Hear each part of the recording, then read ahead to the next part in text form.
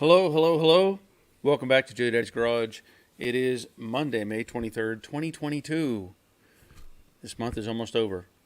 Memorial Day is coming up. I hope you all have plans and can get together and do some things. You know, we all like to celebrate holidays. But, if that's the case, remember what Memorial Day is all about. So, give a bell to all those who are no longer with us. Okay, so it is again Monday, and it's been a pretty decent weekend, or pretty okay week this past week.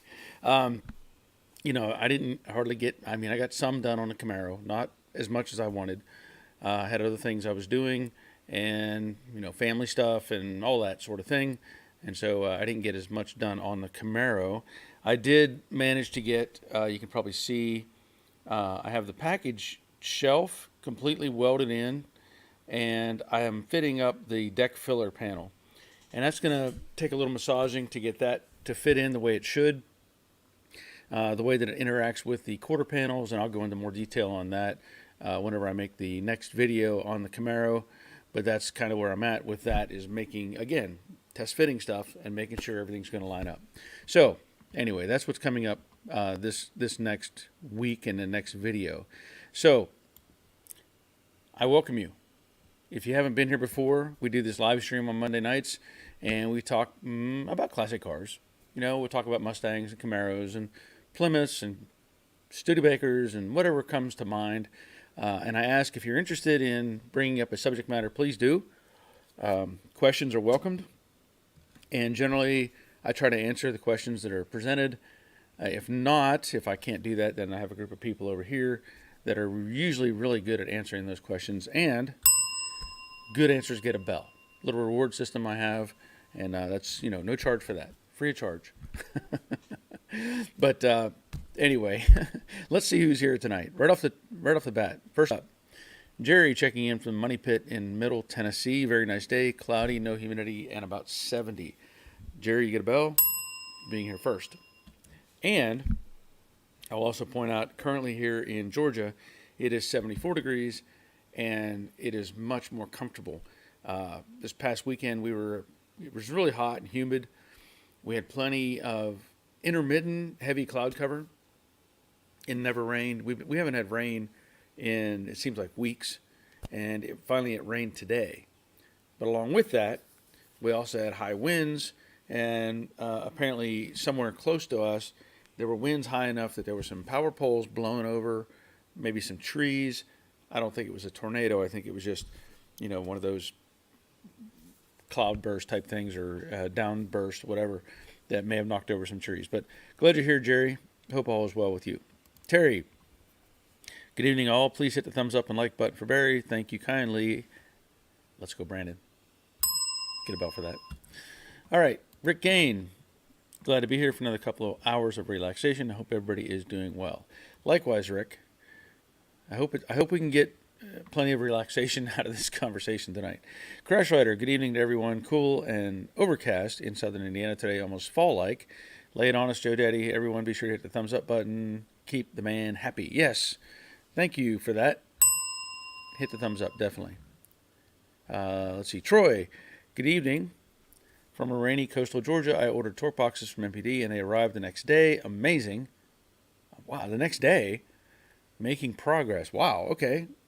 I'll give you a bell for that, for having parts show up. Simone checking in. Glad you're here, Simone. Hope all is well with you. Robert, evening all. The nice cool down for a few days. 95 to 100 gets old fast. Yeah, I was just reviewing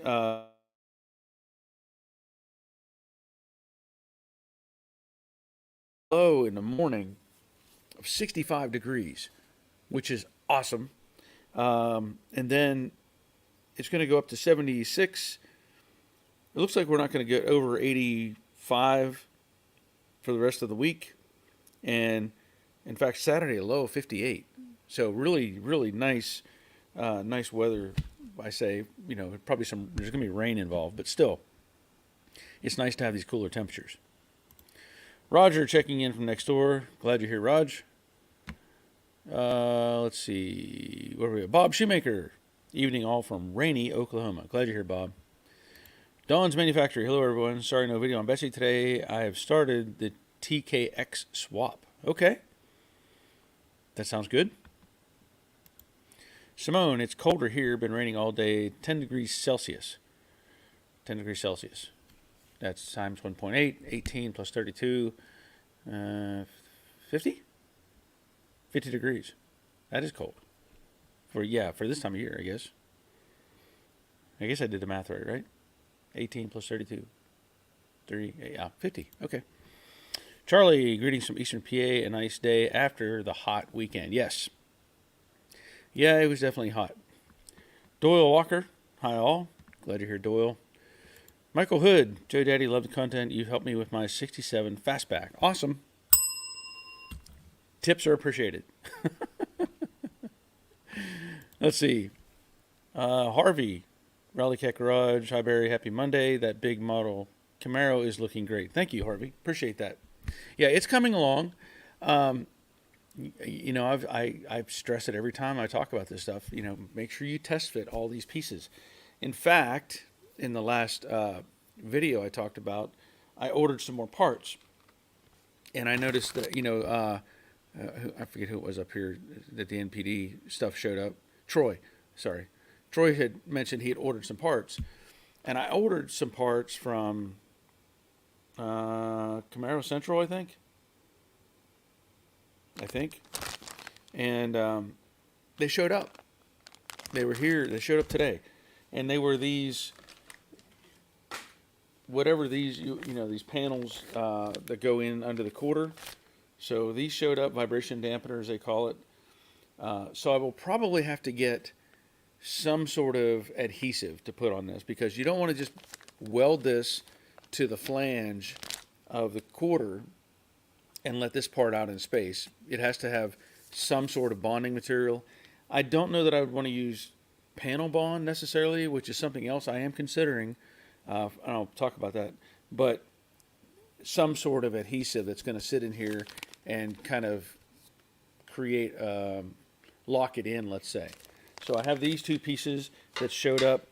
And when I ordered these pieces, you look at the pictures and you're like, oh, that looks like a pretty big piece. Where did that go? I had mentioned about in the video there was a piece that goes into the quarter panel.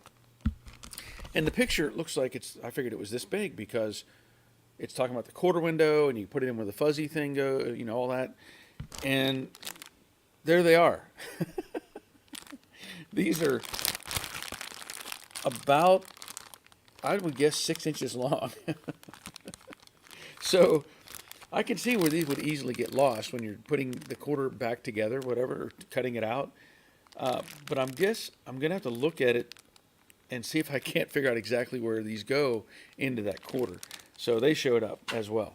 But it's nice to get parts. It's really nice to get parts, and I hope I can continue to get the parts that I need.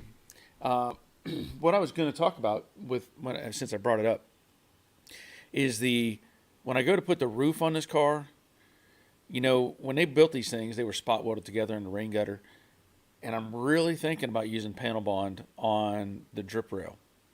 Really thinking about doing that because it's going to bond, it's going to hold together. I'm going to weld it front and rear where it meets the flanges, but I'm really thinking I'm going to use panel bond to create a seal and to bond it to the rain gutter, because the rain gutter is going to get welded to the side of the car first, and then the roof panel go on top. So I'm really thinking I may get some panel bond adhesive for that. Marshall, thank you, man. Appreciate that. Thank you. Appreciate that. Let's see. Okay. Doyle Walker, test out the EvapoRust last week. Have you tried it? Works pretty good. I have not tried EvapoRust by trade name. I have tried different products. I know I've mentioned it before. I have the 3X rust remover, and it may be similar. I don't know, but I've used it on the 68 Mustang to get rust off the roof, and it was fantastic. So I don't know if it shares the same chemical signature. I don't know, but I have not tried EvapoRust itself. So Works pretty good. Thank you for that, Doyle. Take that as an endorsement. Douglas Weingarten. Hey, Barry and the gang. Hope all is well. Glad you're here, Doug. Dawn. We hit 71 degrees and partly cloudy. The first running of the attic fan. It's an omen. Yes. Yeah, attic fans are great to have. We use ours as often as we can. Jerry. I was able to order the right side fender panel from NPD. Should have it in a day or two. This will let me finish the rebuild of the engine bay. That's a good sign. That's a good sign. Rick. 73 degrees in New Jersey right now. Only 37% humidity. That's nice. Nice low humidity. Let's see. The Infernal Craftsman. I need to go to London for a few days as the weather is much better than here. Yeah. Go see Simone. See what she's working on. Rick. I just asked my Echo to convert Celsius to Fahrenheit. I cheated. You were correct. It's 50 degrees. You did well with your math this week. When do we get our junkyard story? I'll have to. Let me think about that. We'll come back to that. I think. If I can come up with something. Richard, greetings. 90 today in Florida. Great detail work on the Camaro. Thank you, Richard. Appreciate that. And before I continue on, I want to show you something else that I bought. You know, I'm out here in the garage, and I've talked about this thing, this little Bluetooth speaker that I use, and I love having it, and it's great because whenever I'm doing something, and let's say I do a time-lapse video, I turn that thing on because my little DJI Osmo camera doesn't record the sound when it does time-lapse. So I can do, my time-lapse and have music going at the same time. However, there's something else that I've really been interested in. A friend of mine told me about these. Have you seen these before? These are 3M. You can see it says on the top, Work Tunes. Let me tell you, these showed up. I ordered these off of Amazon a few days ago. They showed up. I hooked them up. They connect to my iPhone or any Bluetooth phone. And I will be using these. Especially like if I'm out mowing the yard or something like that. I will be using these. These were like $48. And they're rechargeable. They've got a Bluetooth Connect button up here, and they sound fantastic. So just letting you know, if you're interested in these, there's a link down below on the description of this video. But I'm always looking for cool stuff like this that is useful and yet practical. You don't have to $48. They sell other ones that are like way more expensive, but I like these. There's also a link on my Amazon page as well. So anyway, just wanted to bring that up while I saw that sitting there. Michael Hood, favorite car ever? And go. Ooh, that's tough. We've talked about stuff like this before. That is a really tough question. That is a really, because like I said, I grew up in a junkyard. So I had all kinds of cars around me since I was born. But, probably by default, my favorite car would have been the 69 Mach 1 that my dad had. The Acapulco blue with the black stripe down the side, 351 Windsor with a 4-speed, black interior, wood grain dash, all the typical Mach 1. Like when I think of a 69 Mach 1, that's the only car that comes into my mind. I know they made black and red and yellow or whatever, but the blue one is the one that stands out as the car for that.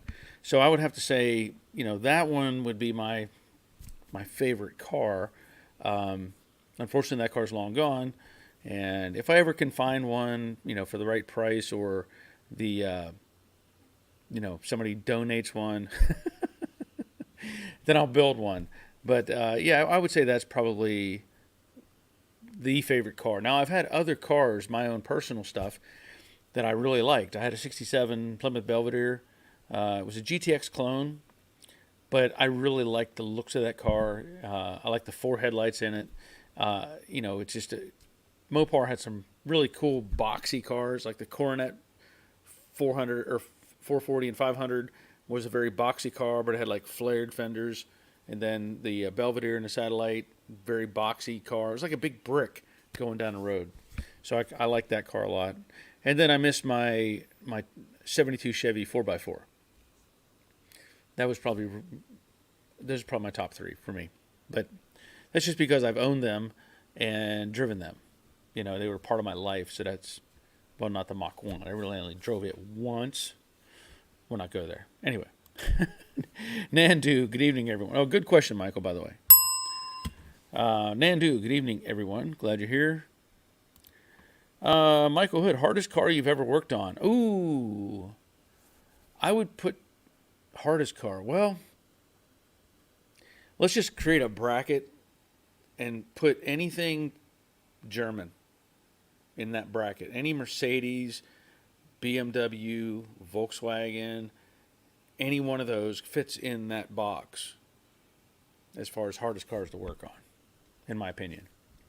So it's when we had the body shop and you'd rebuild a Mercedes or something, and you'd look at like the Volkswagen stuff. You know, these multi bracketed fixtures just to get the hood open. You know, you'd have all these like complex. It just didn't make any sense. The Mercedes, like a bumper cover on a Mercedes, I did one. It had, I think I counted 100 different pieces. Now counting little pins and all kinds of junk. 100 pieces to put a bumper cover together. And you could go over to a Honda, and you pull it off with 4 bolts, and you're done. You know, so I would have to put those German cars in that bracket. Simone, I got sunburned yesterday whilst I was replacing the water pump on the Cortina. The engine bay is now filthy as it was throwing brown water everywhere. Oh, yeah, that's not good. That's not good. Brown water is never fun. Never, never, never. Okay, let me see. Okay. I had an email show up. I'll have to look at it. Doyle, I got my driver's side floor pan in. I think I have all the sheet metal now, and they complete the build. I'm going to use 3/4 inch square tubing to make the lower trunk gutter. Got those from Lowe's. Okay. But I mean, I could see that. Making that channel in the back. Yeah. Yeah. That could work. Why not? Michael, favorite music to jam while working on the cars? I don't know if I have any preferences. I don't know if I have really any specific band that I can point to. If you're not watching, if you're just listening, I'm holding up my AC/DC shirt.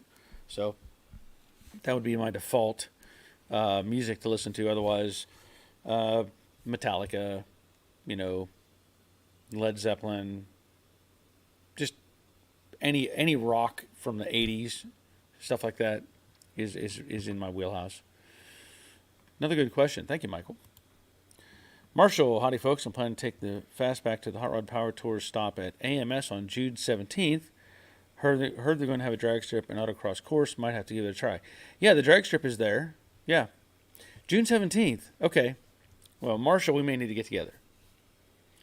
Because if you're going to AMS, I don't know if I'll be able to make it down there. Maybe I can. Maybe. But literally, AMS is, I don't know, not even 10 miles from me, I guess. Something like that. So, yeah, we can get together. Get a look at things. But that's not a bad, I didn't even think about that. Hot Rod Power Tour stop at AMS. I didn't know they were doing that. So, thank you for that information.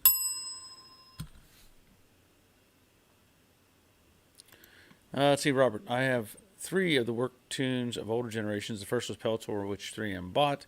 The newer ones are much better than the ones I have. Yeah, I have one of the old Peltor, the red ones, that I bought 1991, and they still work. Now, I will say, occasionally you have to smack the left ear to get the speaker to, like, jiggle into place or whatever so it works, but they still work. But now, I mean, you can't beat this setup. Wireless and Bluetooth and all. I mean, it's really good. Michael, I need a 69 Fastback sports roof. They just popped a blue one on Street Side Classics, but it's over $100,000. Yeah, that's not the one for me. Yeah. Brian, I had a 69 Super Cobra Jet 428 black on black Mach 1. Okay, well, I don't I don't like that you said had. That's not a good comfortable feeling. So I don't know what happened to your car. What happened that you sold that? I don't know what era, you may have sold it, but you're probably kicking yourself now. Just saying. Troy, here's a new one. What's the ugliest car you've ever seen? For me, the AMC Matador. Now, don't make fun of the Matador. I drove a Matador. And which year Matador? Because, like, all the Matadors were ugly. All the Matadors were ugly. They had the rounded one with the kind of bug headlights in them. And the one I drove was like a 70, I don't know, 74, 75, something like that. In fact, I think it was, I talked about it in the movie. I don't know if I was looking to see if I pictured that car. Police Academy, the Police Academy movie, where the big cop, the real big cop, he rolls the car over. Like, he grabs it and rolls it over. You see him, I forget, Hightower. He rolls that car over. Well, that was basically the car that I drove when I was in high school, briefly. But man, the ugliest car, man, there's a lot to choose from, I think, in that bracket. Everybody can easily point at the Pontiac Aztec and go, that's an ugly car. And they're not wrong. They're not wrong, but some people like them.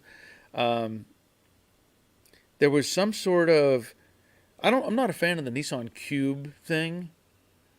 You know what those, they have like a window on one side and a post on the other. That's kind of a goofy looking thing. And then there was some other, I don't know if it was Japanese car or what, but it was like they took two different bodies and cut them in half and then just set one on top of the other. So you had like a body line that came up and suddenly there was headlights sticking out, and I don't even know the name of that thing. But gosh, there's been plenty of ugly car, but the AMC Matador is pretty accurate.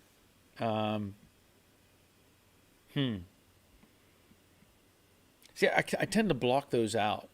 Like, I just don't think about what's the ugliest car that I know. So it's for me to just go, oh, I'm going to pick this one.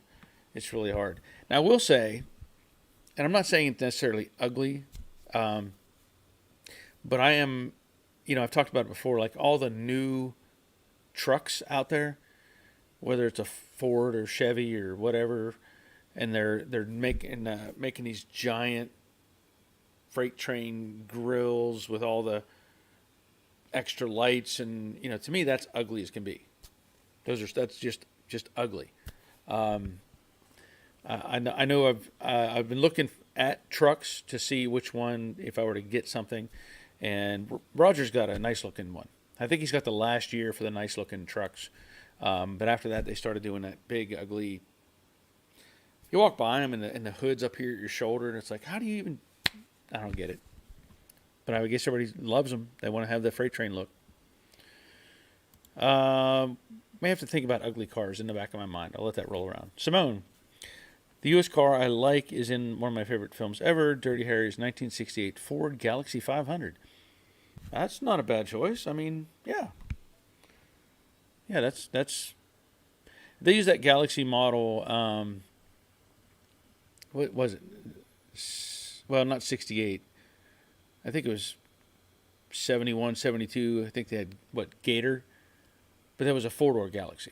It was an LTD. Maybe it was an LTD. Might have been a Galaxy or LTD, but it was a brown one they used in Gator where they jumped onto that back of that boat. Which, if you read about that was a stunt gone wrong. Just, you know how it is. People make mistakes in movies, and sometimes they stay there. That was one of them. Harvey, Barry, I would have answered the hardest car the exact same way. Put all the German cars in a box or shipping container and deep six it. They are. They really are. I had a friend of mine was asking me the other day. He said, he was asking me about a BMW, and his comment or question was such that, what's the best way to keep up maintenance or something on a BMW or something like that? And I said, the best thing you can do is never buy one. His wife laughed. He had a radiator brake on that thing. It's some sort of super low emissions, something Mercedes, whatever, I don't know, or BMW or whatever. And the radiator, something broke on the radiator, and it cost him in the neighborhood of $2,600 to put a radiator in it. Yeah. Yeah. And the problem was, I think he had taken it to a shop to just have him check the fluids or something, and the guy was trying to. It was a radiator you couldn't service. That's what it was. There was no cap. It was like a sealed something crazy design, and the guy was trying to take the hose off the radiator, and he snapped the neck off the radiator. Yeah. Just really bad ideas. Brian sold it to Go Racing. Now I have a 68 Camaro 454 Turbo 400. Okay. I have a 68 Camaro. There's a 454 sitting over there. Maybe I could put it all together or not. Michael, I left a lifetime of being a Mopar guy and just sold my 69 Roadrunner to come to the Mustang dark side. I've currently got a Pro Touring 67 Fastback, like going from a land yacht to a Mario Kart.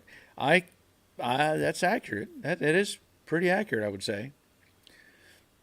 But what was it in Bullet, whenever they were chasing each other with the Roadrunner or whatever he had, and of course the Mustang, they didn't give you that impression that car was a land yacht that didn't handle that well compared to the Mustang. They really tried to avoid that. Cool Store 187. Hi, Barry. Can listen but not watch. I've been enjoying the Camaro build. Stay safe from New Zealand. All right. Glad you're here. Glad you're listening at least. Doyle. I like Studebakers in the Caribbean. President and Super Clipper were great. But I always thought the Avanti front didn't match the back and was ugly. Yeah, I like Studers in the Caribbean. Okay. Yeah, the Avanti is kind of it's one of those hard cars. You either absolutely love it or you just hate it. There's really not much in between. My dad still has a 63 Avanti. And, since my dad was a Studebaker guy, there's a certain, I don't want to say stigma, but persona, let's say, about some of these cars.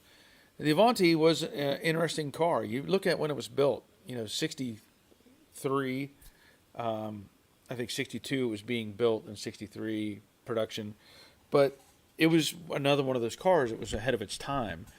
But the design, I could see, because in particular, I don't mind the front end so much. What I hate is the wheel openings. I don't understand what they were thinking.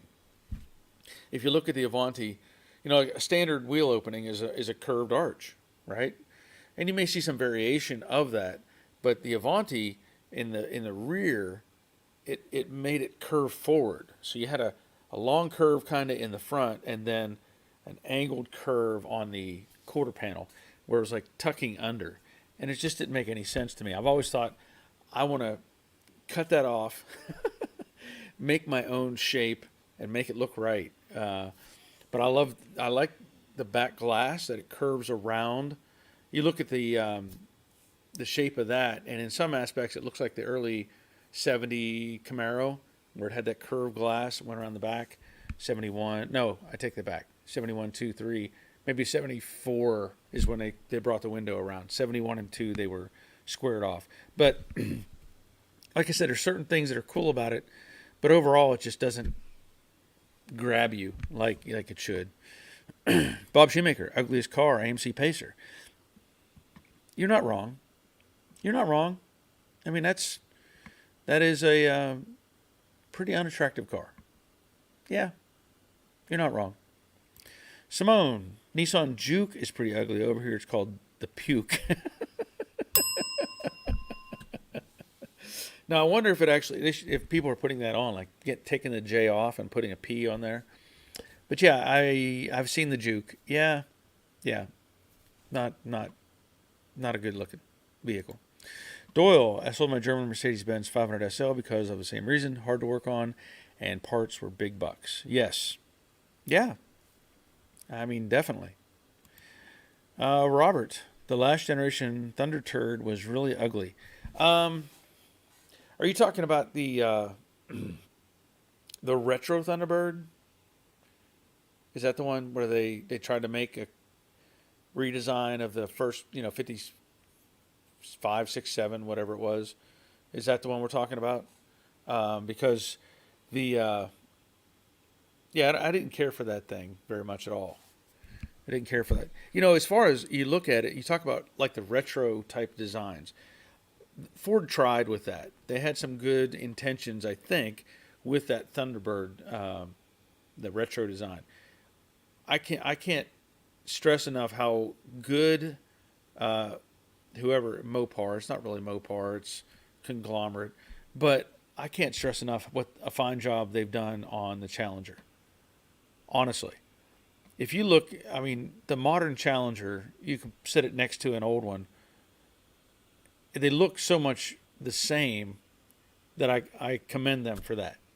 The Mustang, it went kind of off the, we know it went off the rails after the Mustang 2, and then they tried to bring it kind of back. The '05, I think '05 to 10, Mustang was where they kind of went back to the, kind of the right design. And then, of course, it's gotten rounded off and everything. Even the Camaro, they've gone from, when they first brought it back in 2010, it was a good throwback. It had issues with the body. They didn't make the doors match the quarters like they should have. But now, the latest design of the Camaro, I really, really like. I really like what they've done with it. It is really nice looking, compared to the 2010 version. So, Shane checking in.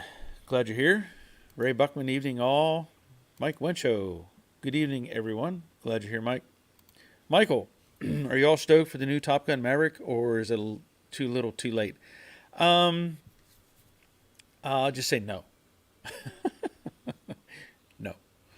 I don't, it's too little too late. I mean, there's going to be people that are going to be all over that movie and really ooh and ah over it, I guess, But, yeah, I really wasn't, I wasn't, really interested in the first one anyway. And this one, I just, No, I'll say I'm not a fan of Tom Cruise, the person. I'll say that. But Tom Cruise, the actor, I have respect for. The guy does he does a lot of his own stunts. He's made some really good movies. He has. There's no arguing that. He's done a great job with his career. But the person, no, I don't want to be near that guy. Logan A says hi. Hi Logan, how you doing? Ray Buckman, he says I liked the looks of that T-Bird from the 90s. You're talking about the NASCAR T-Bird when Bobby Allison drove, where they kind of gave it more of an aerodynamic look. I'm good with that. Yeah. I don't have a problem with that Thunderbird. Robert, yeah, the retro one. She likes it for some reason. She isn't known for her taste, which is why she puts up with me. Well, what would be kind of cool, though? If you took that retro Thunderbird and really gave it some oomph. Like, just use the body. Put it on a Mustang chassis, right? Because I don't think they didn't even make that V8. I think it was, a V6 or something, wasn't it? It was underpowered. But I think, if you took that body and, put it on a new style Mustang, it might be fun to drive. Michael, worst redesign for me was the '08 Charger. What a POS. Looked nothing like the original and had 4 doors, bunch of jack wagons. Yeah. And I get the reason behind them doing that. Because the Chargers, we look at it, we think about the classic 68 Charger, right? And it's that car, in my opinion, would be hard to replicate even as a two-door, and it wouldn't really make sense. I mean, I get it. The Charger and the Satellite, basically the same body, right? So you had the Satellite as a four-door. You could get it as a four-door. And then the Charger, that body. So I think whenever they were looking at it, they said, well, we already have a two-door Challenger. Why make a two-door Charger that's a bigger car? Because the Charger was a bigger car. I understand where they're coming from with that design. They did give it some styling cues that followed the original, Charger, let's say, not the original, but in the Charger bracket of time. So they did give us some styling cues. And the '08, I don't care for it. But as you came forward in time, the later ones, the ones where they put the little yellow, they have a little yellow, they're really protection pieces that everybody leaves on because it looks cool. But those cars are pretty impressive. I'm just saying. They are pretty impressive as far as a power plant, drivability, that sort of thing. But it doesn't, I don't know that it hurts being a four-door, but I get where they're coming from. You know what I'm saying? I get where they're coming from with that. So, Ray is laughing at Robert. Okay. Michael agreed about Tom, the person, cuckoo bird. Yeah. Yeah, I don't want to be around the guy. Ray Buckman, the last T-Bird, I liked its round curves. Okay. Yeah. I'll okay. Troy just said I agree, Michael, the Charger missed the mark. Yeah. I mean, I think we look at the Challenger and go, wow, what a great job they did with that. But again, I have to look at it from, they can't keep making like a two-door car. And especially the Charger, it was a boat. That thing was huge. So, Troy says the T-Bird has a 4.6. Okay. I never really looked at one. I mean, I've seen them, and just kind of, they don't even register in my vision. It's kind of like if you go back to whenever Dodge, Mopar, Plymouth, whatever, everybody was trying this experimental type of thing. Like the Chevy had the, what was it, SSR or something. It was like kind of a 49 Chevy truck looking cab with a bed on it. And they sold them, but it kind of missed the mark. And then they came out with the HHR, which was that little minivan looking thing. And it wasn't too bad. It was kind of in that design angle. But, they came out with the Prowler. And all I heard about the Prowler was it didn't handle. It was a cool looking car. It was something you could drive. Just go drive it somewhere. Don't go get ice cream in it, something like that. But it wasn't really meant to be a performance type of vehicle. Just the geometry was all over the place. But they were trying those sort of things, and the Prowler died out. Now those are bringing some good money now because they're not around. But that car had like an all aluminum frame, I believe. All the suspension was aluminum, but it was just didn't make any sense. It's kind of like taking, what was it, the PT Cruiser and making it a convertible. Ugh. That was a really bad idea. Simone, I just looked at the second generation Challenger X. What were they smoking? I'm not sure what the Challenger X is. You say second generation?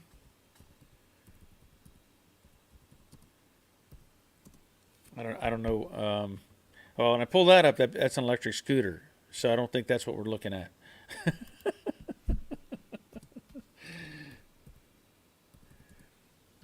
I don't know what the. I'm not sure what what the difference is. I can't really look at it right now.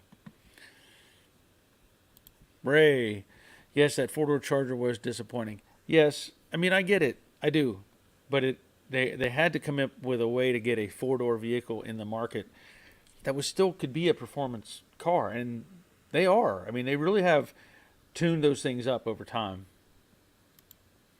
Andrew Kemp, well, in 87, 88, and earlier, but in a different body, they had the Turbo Coupe Thunderbird with a 2.3 Lima turbo from the SVO Mustang, and I really want one of those.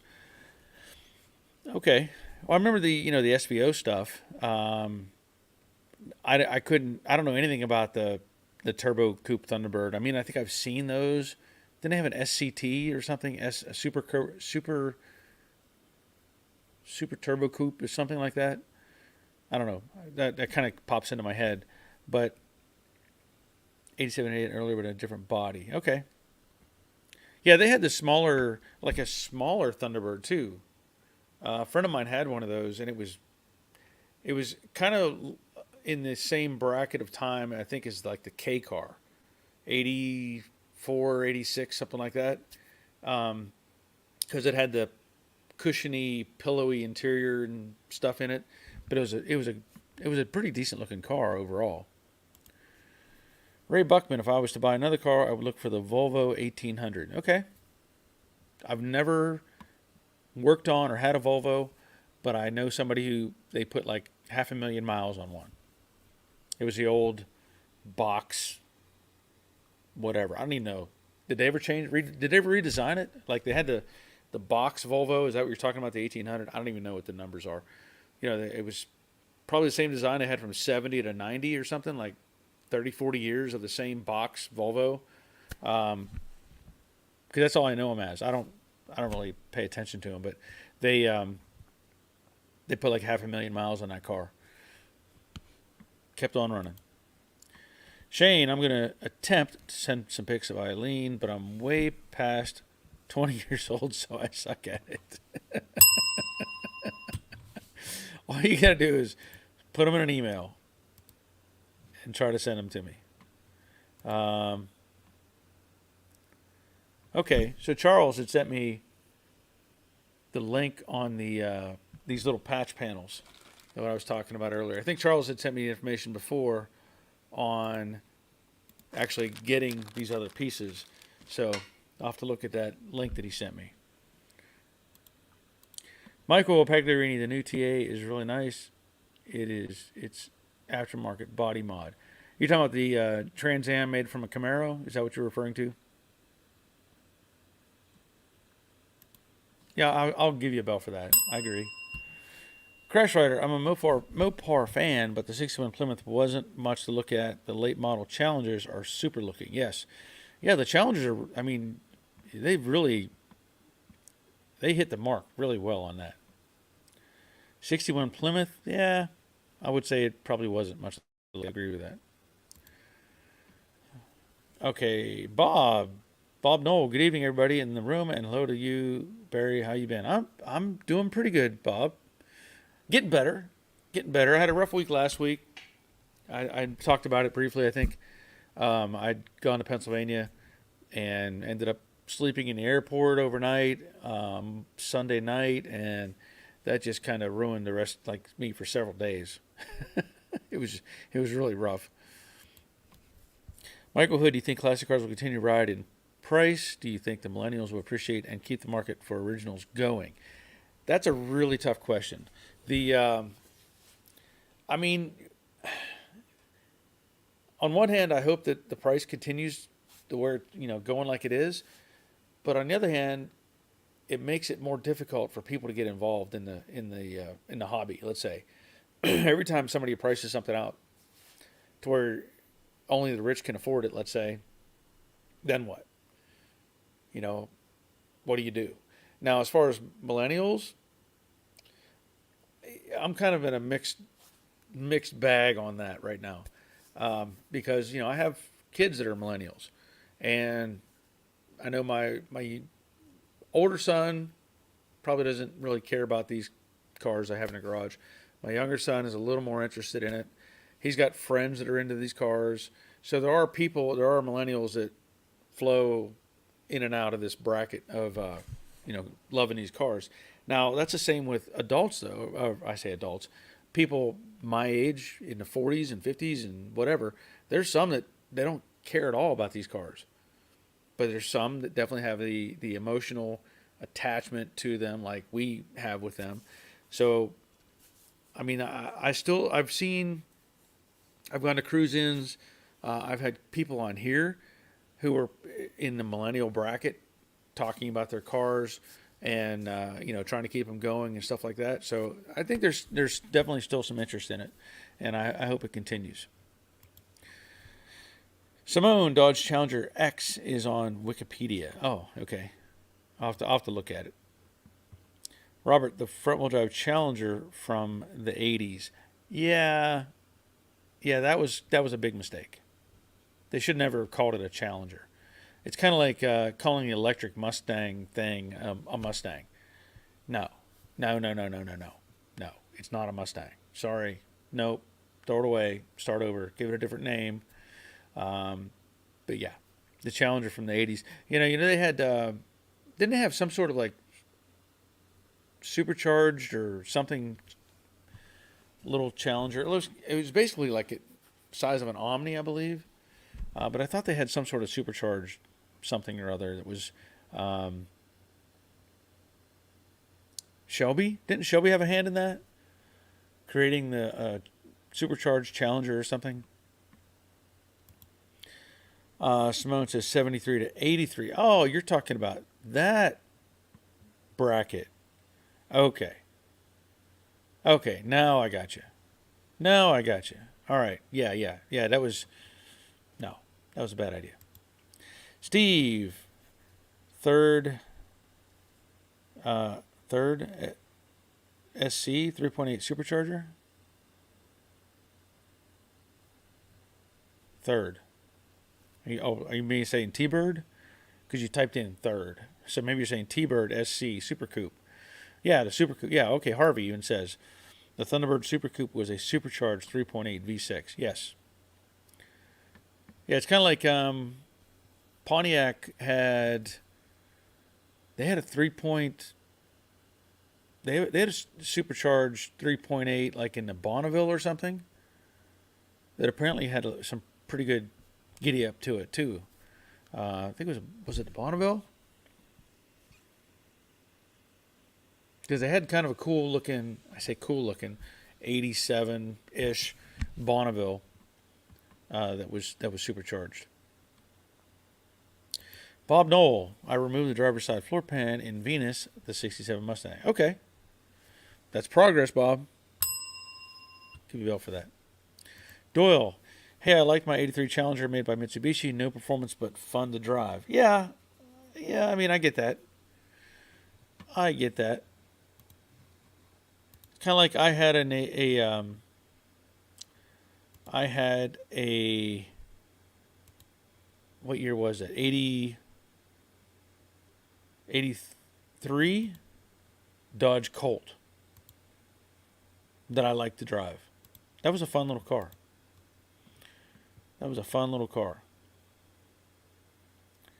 Okay. Well, we're gonna. I've got some pictures here. I'm gonna pull up. So let me get these. Let me get these in the loop here. Give me just a second because I have to do the. Click on this. Click on that. But yeah, like Mitsubishi made a lot of stuff. The Colt was basically a Mitsubishi. Even back into the '70s, they had the Cricket. I think they had a Dodge Cricket, which was really, I believe, a Mitsubishi. And probably, I don't know, when was the last time somebody saw a Cricket? If anybody even knows what I'm talking about. A Cricket. Nope, I don't want to look at that. All right, here we go. So, these pictures were sent by Shane. And this is his car, Eileen. So let me pull this comment off. That's Doyle. Okay, so he's showing us the backside of Eileen, And then got the new tail panel in place. And look at that. Great job. Great job. That looks good, Shane. That looks real good. I have one more picture I want to pull up here. Whoops. Here we go. So we were talking about the Super Coupe. Yeah, that was basically the same car that I was talking about my friend had, but they weren't. It wasn't a Super Coupe, or it was a regular Thunderbird. Uh, but Andrew points out that it was built on a wider, longer Fox platform. Both, our body was unique to the Turbo Coupe. 5-speed manual, computer-controlled adjustable shocks, 2.3-liter turbo 4, about 200 horsepower but more torque. Sounds really throaty in exhaust as opposed to Hondas and such, really like half a V8. So he sent me two pictures. I'll get the other one up as well. Yeah, you don't see those anymore. You really don't. I can't remember the last one I've seen. So there's another one. So it was like a hopped up Mustang, sort of. Like you said, a Fox chassis underneath. So it was like a bigger kind of Mustang. Ray says, sent you a photo of the P1800. If you did, it hasn't shown up. If you send it, you got to make sure it says Joe Daddy's Garage at gmail.com. No apostrophe or anything like that. Would probably be a cool car with a small block engine in it. Yeah. If the picture shows up, I'll show it. David, best car ever was Mad Max's modified Ford Falcon with the on-demand supercharger and drag pipes. Yep. Yeah, I mean, on-demand supercharger. When we talk about that, my brother, his '64 Studebaker Daytona, he had a supercharger on it, and it actually was on demand because it had a clutch built into it. You could flip a switch, and it would power it, much like your air conditioner kicks on. So he had it rigged up to a switch, and I know at least once it scared the crap out of me because we were going down the road. I had a car at 4-speed in it, and we were going down the road at about 70 miles an hour, and he reached down and flipped that switch, and the car went kick sideways on us. I was like, oh, that's what that does. Rick, Shelby had involvement with making a Dodge Shadow in the 80s, as well as a Dodge Dakota pickup truck with a 318 V8. Yeah, so the Shadow in the 80s, okay. Because I know I've seen that little Challenger or whatever it was, the little thing. There was a Shelby edition, or maybe they called it no, maybe I'm thinking wait. Maybe they called it the Daytona or something. Maybe they called it a Daytona, but it was basically one of those little cars. Robert, Chrysler used a Mitsubishi drivetrain in those various cars. The turbo versions were tiny engines with no power, and I replaced several of those turbos as they didn't last long. Okay.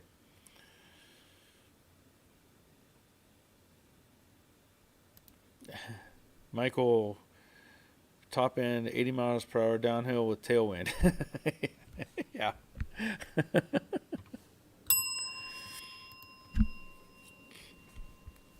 Andrew, I sent an email about that Turbo Coupe with pictures if you're interested. I think it's the coolest looking Fox body. Actually, it is a pretty cool looking Fox body. So, yeah, I shared those. Glad you sent those. Michael, I was at a 10th Mountain Division flag back there. You military, I did 8 years as a combat medic with 2 tours in Iraq. Well, thank you for your service, Michael. And yes, I was in 10th Mountain Division when they reactivated in 1985. And I put in 3 years, 85 to 88.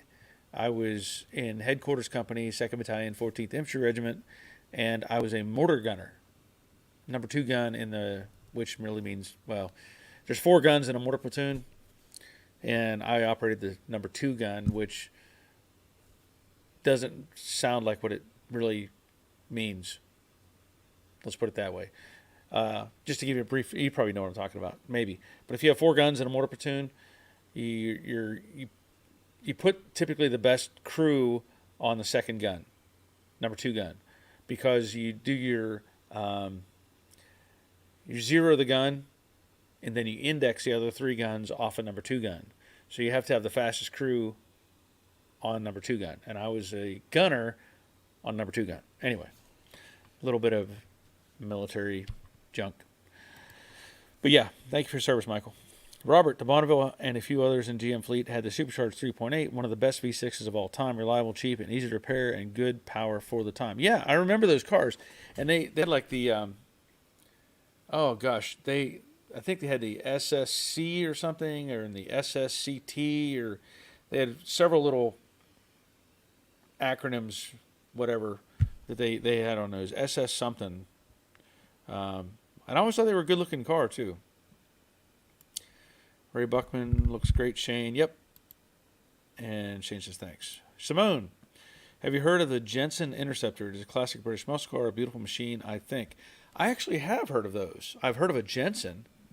I have a vague kind of picture I can create in my mind of a Jensen.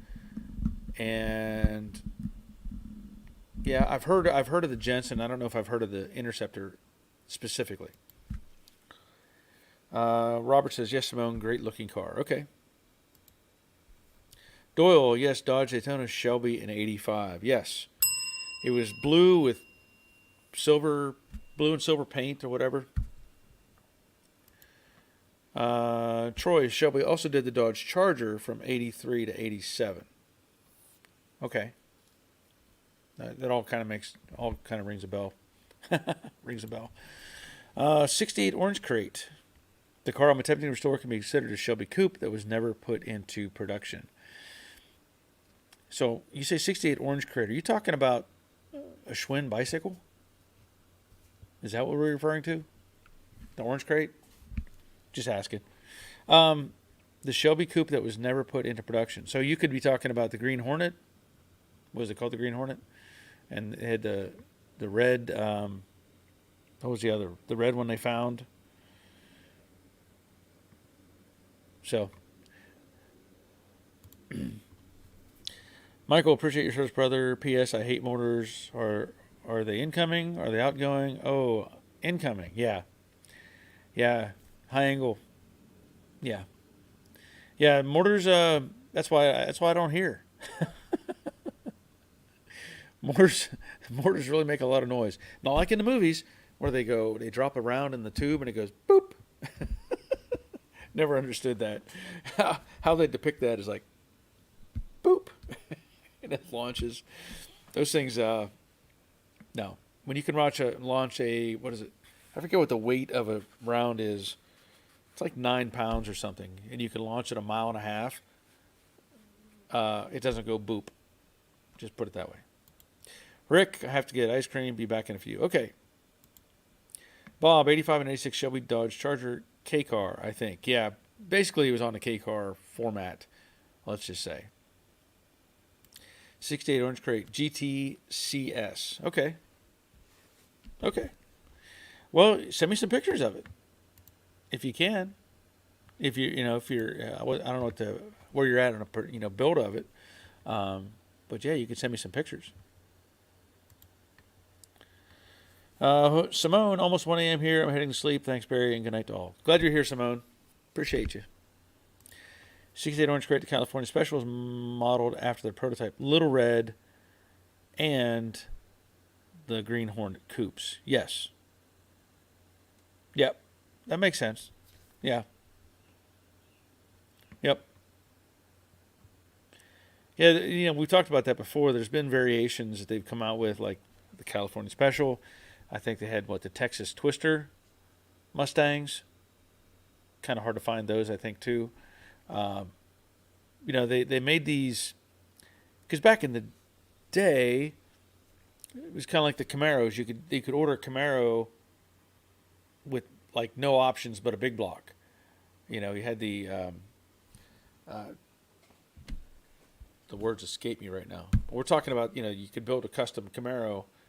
Um, I can't think of the name of the company. Yenko, like a Yenko Camaro, and they had the other ones. There were other ones that did it as well, but I never really realized until later that there were variations like that with the Mustangs as well. So the Texas Twister I know was one of them, and I think there's other ones that are kind of limited knockoffs of those branding. Yeah, Roger Copo. Yeah, yeah. But I was thinking about the company, like in particular, Yanko would take a Camaro and customize it to, but the Copo was the production order. Yeah. Rick, hello everyone. Glad you're here, Rick. Shane, what was the weird Dodge truck they made in the late '70s and earlys? I can't remember. Which weird truck? You talking about the Little Red Express? Because they had a Little Red Express that had the chrome stacks on it, stake bed, step side, and they also had a Warlock, I think. Pretty sure they had a black version, which was a Warlock. So I could be wrong about that, but I know somebody had a Warlock, and I think it was Dodge. I think it was Dodge. 68 Orange Crate, yes, a lot of promotional cars back then. Yeah, they did definitely some experimental type of things. You know, trying to make their own branding, especially the Yankos, because everybody remembers the Yankos. Yeah, Roger, Little Red Express, yep. And Shane, yes, the Little Red Express. That's it, yeah. And then, Shane, have you seen the Warlock? Because Roger points out the Warlock was the black 4x4 version. So those, I think everybody can quickly identify the Little Red Express truck and know that I would say the production numbers were higher for that truck.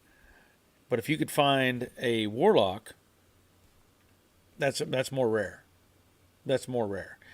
Somebody was mentioning to me the other night about some sort of special edition Chevy trucks that he thinks were made in the 80s.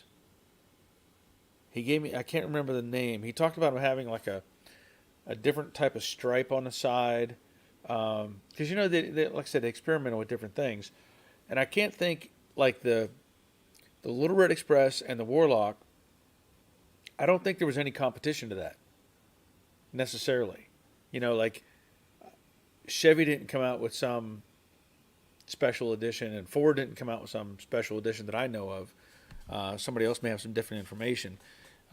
Because there are some times where you might find a special edition would have been popular, let's say out west or in the south or somewhere in that, you know, may have been in different areas of the country. But they were talking about this Chevy truck, and the only thing that came to mind was maybe you've seen one of these. I don't know. They're pretty rare. Chevy created I guess we'd call it a Blazer camper, that if you can find one of these, they are worth some bucks, because they had built this special camper to go on the back of a Blazer, and apparently the production numbers were pretty low on those. I did see a video a few weeks ago where somebody had gone to like I don't think it was like, I can't say, it was like an estate sale or something along those lines. And he was invited. They said, "Hey, we have these, my dad died or something, and we know you're in the trucks. So we have some old trucks in his barn. If you're interested in them, you know, we'll sell them to you." And it was one of them was one of those Blazers, and the thing had like 8,000 miles on it, and it had been stored in a barn and almost looked new. And the guy was just going crazy over it. He was just couldn't believe it. Roger, Blazer Chalet. There you go. I'll take your word for it. That's the right answer. But yeah, those things, if you find one, probably in just about any condition, somebody's going to want it for sure. Steve, Chevy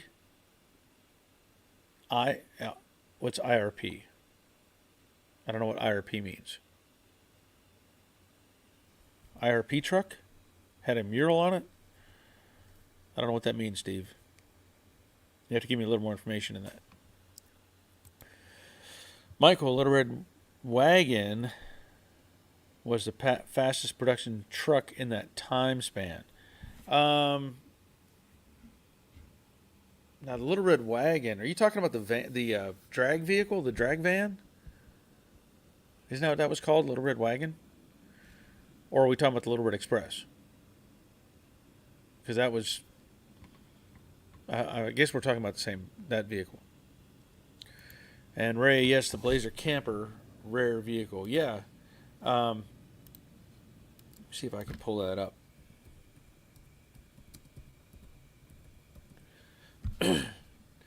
Yeah. Like I said, these things are near impossible to find.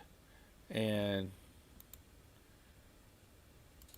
let me just I can pull up some pictures real quick. Oh, there we go. Let me get back to here. Whoops. I hope you're still there because my computer's acting weird. There we go. Okay, so Ray Buckman says try it again with email. All right. There we go. Oh, you're talking about that car. Okay. Yeah, that one I'm okay with that one. Let me try to get these. So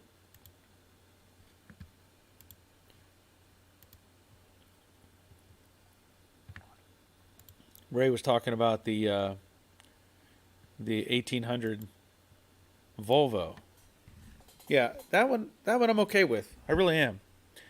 That looks like a model, by the way. I don't know if that's a real car or not, but I kind of like the way that's shaped. It's decent. Let me see if I can get this other one. I think that almost has like a James Bond kind of look to it. Wait, what? Why did this not do this? Hold on. I messed it up.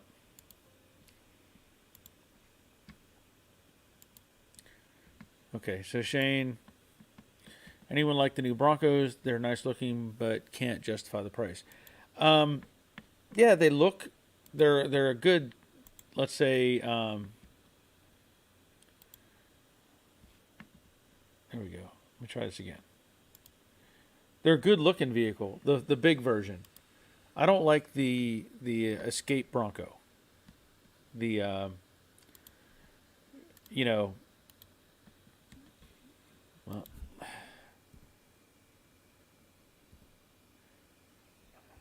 okay. I don't like the Bronco that was based. It looks to me it's like it's based on the Ford Escape. It's smaller, but it looks like they just reskinned a Ford Escape. So I'm not a fan of that at all. And the big Bronco, yeah, the price for it, whenever they're selling them for $100,000 plus, no, nope. I'll drive my old Suburban and be happy with it. I wouldn't spend anywhere near that kind of money on a new production vehicle for sure. But as I was talking about the Blazer, check this out. This is what I was referring to. So, if you ever see one of those are worth some big bucks. Big bucks. I don't know if it has. Yeah, I don't see a price on that one. But they're selling for big money because you just can't find them. That's even a better picture right there.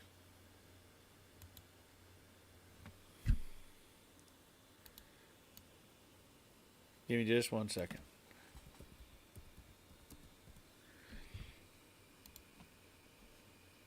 Oh, that's not going to work.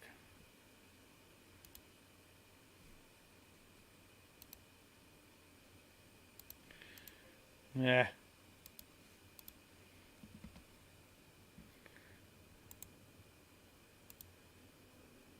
See if I don't. Oh, $45,000 is a bid. I can't save that picture. Apparently, the top pops up on those things. So you see that seam up at the top. It opens up, gives you a raised platform. So if you Google Blazer Chalet, you can have a look at it. Okay, so Steve says LRP was a factory custom pickup. I guess I haven't heard of those, so I'm not familiar with the Chevy LRP. I wonder what LRP stood for. The CUDA 70. I will give some advice to new classic car buyers. Do not buy the parts from Amazon and eBay to save a buck. They are rejects from the big name part suppliers. They're China junk. Okay. I'll take your word for it. I'll take your word for it. So thank you for that. Michael, yes, Little Red Express. The guy I bought my 65 Mustang from was doing a frame off on one. They bring crazy money now. Yeah. Yeah. And they're hard to find. I know I've seen at least one in the junkyard. At least one. But the Warrior or Warlock or whatever it was, I have not seen any of those around. Yeah, Warlock, as Roger had said. I have not seen any of those around. Ray, I hadn't heard of that one either. Okay. Yeah, I don't know what the LRP is. But, I was kind of thinking we were talking about custom Chevy trucks. Remember they had the Choo Choo Express, right? So you had the El Caminos, the Malibus.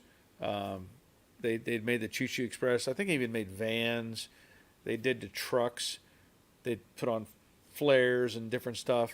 But one thing I always thought was, as I'm driving down the road today, I saw like a 1990 something, early 90s Chevy truck.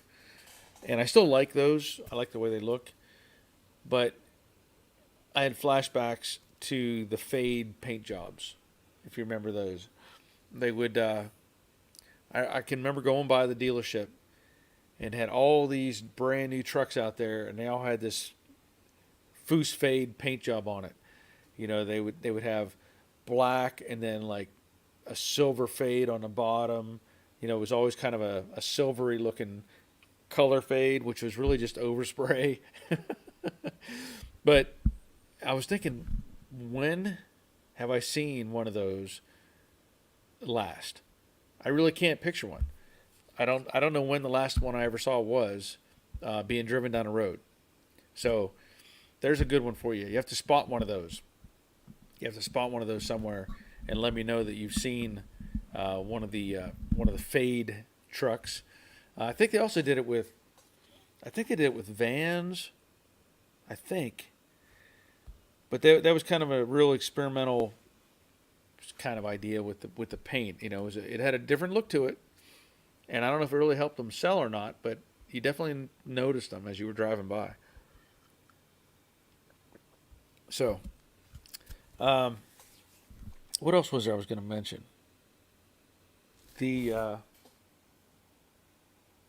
Oh yeah, I talked about that briefly. I was talking about the panel bond up on the roof for the Camaro. Now I could do spot welds along that rain gutter, but as I think about it more and more, I really think I want to use some sort of panel bond to create a seal and to make it simpler to put the thing together. When we did collision work, there were restrictions on where you could use panel bond. And I remember specifically on a lot of the cars, if we had hail damage and we replaced a roof on it, you could use panel bond, but you could only use it on the sides, and you had to weld the front and rear where the windshield set. Those had to be spot welded in, but you could use panel bond, just like the truck beds. You could replace a whole side of a truck bed. You could use panel bond on the length of it, but you had to weld the front and rear where the front panel or the tailgate met. Those had to be welded together. So I think from a let's say dry standpoint, if I use a panel bond on those rain gutters, it's going to keep water out, and I also don't have to try to blend any kind of spot welds. You got to create those welds and tack them all together. I think it'd be better off just using panel bond on the sides and make it solid. Ray, I remember when they experimented with shadow lines on some cars where the bottom of the car had a darker gray to create the shadow. Yeah, yeah. I don't know what you know the. Let me see if I could find what I'm talking about.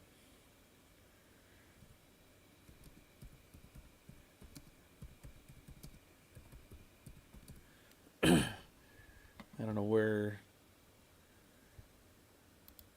And maybe it was just in certain parts of the country where they did that. I know that the dealerships we had down here, it seemed like everybody had those trucks on the lot. But they must have all gotten like repainted over the years. So I wonder now if you had if you had one of those with that fade paint job, whether it would bring or hold any kind of sentimental value to somebody. I can't even find a picture of one. Looking on the Google, can't even find a picture. Now they have a later version of a. Oh, wait a minute.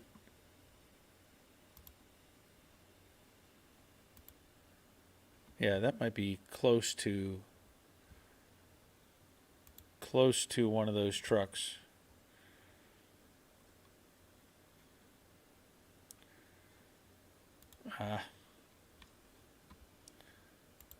Well,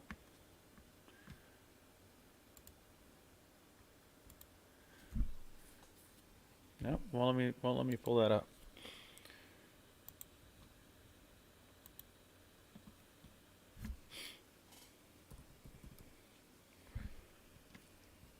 See if I can get this to pop up on here.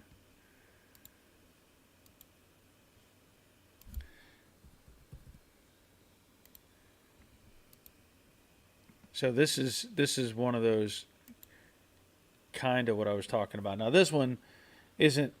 It looks like it's been redone. The wheels are wrong, but it had that two-tone faded kind of paint job looking to it, and I remember seeing those all over the car lots down here. It had tons of those things, and there were variations all over the place with color choices, but again, it seems like they've either all been repainted or just disappeared, because you don't see them anymore. You just don't see anything like that anymore. Okay, let's see where we're at.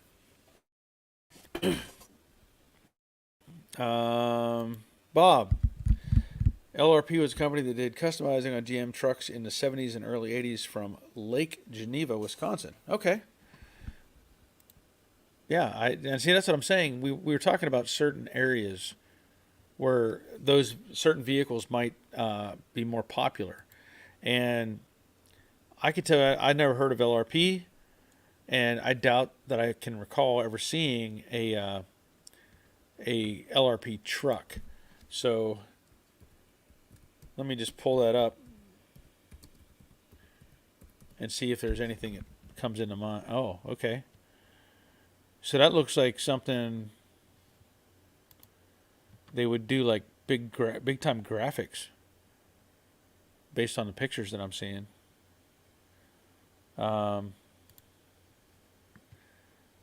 Wow, yeah, I never heard of that.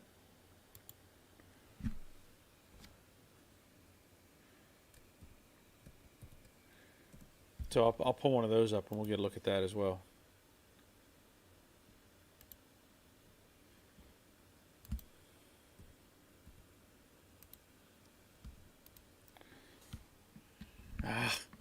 Why can't I do this?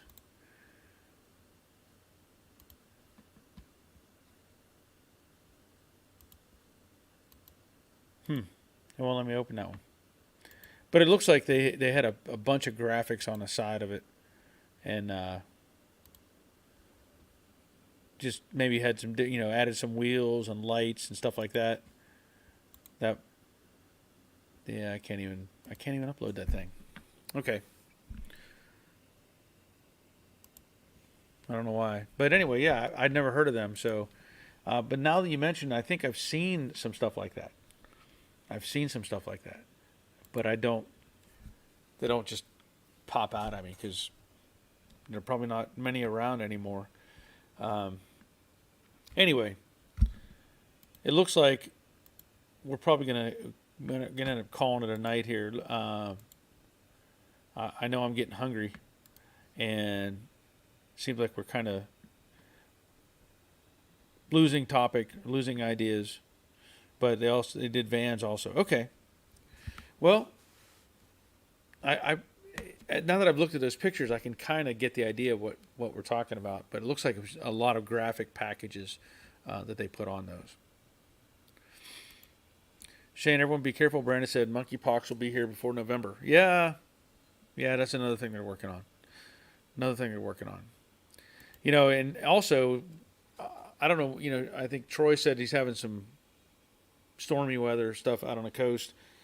We're still going to be seeing weather coming in. I know here we're going to be having rain and high winds and stuff. So everybody be safe out there, be secure, and take care of your families. But I'm going to call it a night. We'll be back on Monday night, next Monday night, I think. I know it's Memorial Weekend, but I'll be here because we're not going anywhere. And we'll do another Cars and Coffee and see if anybody shows up. But I want to thank you for being here. And until next time, take care of yourselves. See ya.